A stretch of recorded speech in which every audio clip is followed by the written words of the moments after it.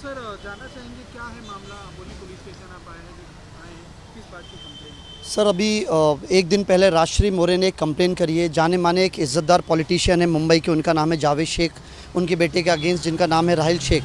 सो मैं ये क्लियर करने आया हूँ, इसलिए आज मैं पुलिस स्टेशन आया हूँ। सर मैंने दो जगह राजश्री मोरे की कंप्लेन, दो जगह राजश्री मोरे के अगेंस्ट कंप्लेन फाइल करी है। एक पुलिस कमिश्नर को मैंने कंप्लेन करी है और एक अम्बोली पुलिस स्टेशन में। मेरा कहना यह है कि सर राजश्री मोरे एक अपने आप को इन्फ्लुएंसर कहती है, वो एक पब्लिसिटी के लिए ये सारी चीज़ें कर रही है। और एक इज़्ज़तदार इंसान को टारगेट करना, जिस तरह की बातें आजकल हो रही हैं मराठी लैंग्वेज को लेके, सो मैं भी उसके सपोर्ट में हूँ। अगर राज ठाकरे ने ये कहा था कि महाराष्ट्र में रहने वाले को मराठी बोलना चाहिए, तो मैं भी ये कहना चाहता हूँ कि जो भी महाराष्ट्र में रहता है, वो हम हैं, आप हैं, कोई भी है, हाँ उसको मराठी आना ही चाहिए। और जिसको नहीं आती उससे सीख लेना चाहिए। जैसे कुछ लोगों ने अभी मीरा रोड पे कहा, तो ऑब्वियसली उन्होंने गलत कहा कि हम मराठी बोलेंगे ही नहीं, ये गलत बात है। जिसको मराठी नहीं आती वो मराठी सीखे, और मराठी बोलनी पड़ेगी जिसको बॉम्बे में रहना है। उसके बाद राजश्री मोरे इतना भूल गई है सर कि थोड़ा बहुत कानून सर हम भी जानते हैं। राजश्री मोरे ने जितने एलिगेशंस लगाए राहिल शेख पे कि वो उन्होंने मेरी गाड़ी को जानबूझ के फॉलो किया, मेरी गाड़ी को जानबूझ के टक्कर दी, मैं आपको लोगों को एक बात क्लियर कहना चाहता हूँ कि दो कौड़ी की राजश्री मोरे को कोई जानता है नहीं। और इसको इतने बड़े पॉलिटिशियन का बेटा क्यों टारगेट करेगा सर? पहली बात तो ये है।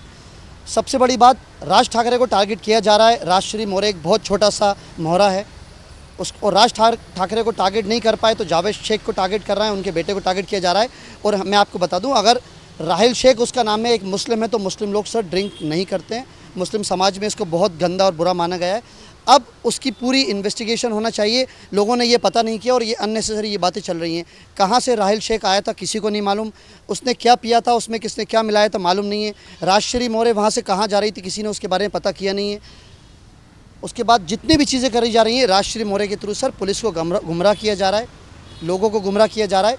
इसके लिए सर आज मैं अम्बोली पुलिस स्टेशन आया हूँ। तो अभी आपका फर्दर स्टेप क्या होगा इसके बाद? सर लीगल केस फाइल करा है मैंने, आप देख सकते हैं ये, इसमें कमिश्नर ऑफिस के साइन भी हैं, आप ये देख सकते हैं, क्लियर मेंशन है राहिल, इसमें सब्जेक्ट में क्लियर मेंशन है कंप्लेंट अगेंस्ट राजश्री मोरे कि इस तरह का पब्लिसिटी स्टंट करने वाले लोगों को अरेस्ट करना चाहिए और अरेस्ट करके सब पता करना चाहिए राजश्री मोरे का लास्ट कॉल किसका था, वो किससे कोऑर्डिनेट कर रही थी, उसी रास्ते में कैसी थी जिसमें राहिल शेख था। और अगर फैज़ान अंसारी इस चीज़ में खड़ा हो गया तो पूरा खुलासा करेगा।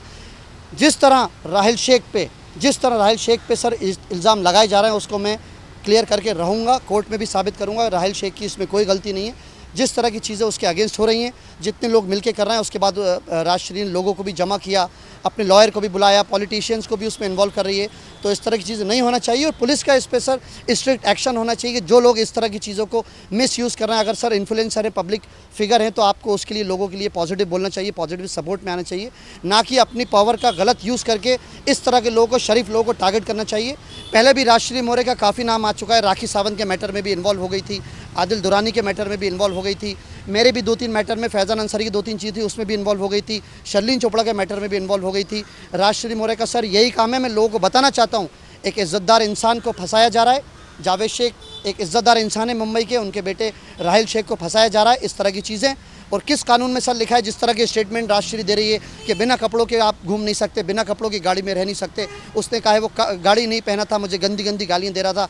आप CCTV फुटेज चेक करिए, सारी चीज़ें पता करिए, किस लॉ में ऐसा लिखा हुआ है कि आप बिना शर्ट के आप कार ड्राइव नहीं कर सकते। तो इस तरह की चीज़ों को हाईलाइट करके खुद पब्लिसिटी गेन करी राजश्री मोरे। उसके खिलाफ सर मैंने मुंबई पुलिस कमिश्नर से भी कंप्लेन करी है और अम्बोली पुलिस स्टेशन में कंप्लेन करी है कि इसके खिलाफ एटलीस्ट अरेस्ट वारंट इशू होना चाहिए, ताकि लोगों को सारी चीज़ें क्लियर हो कि कौन सही है कौन गलत है। Thank you very much sir, thank you.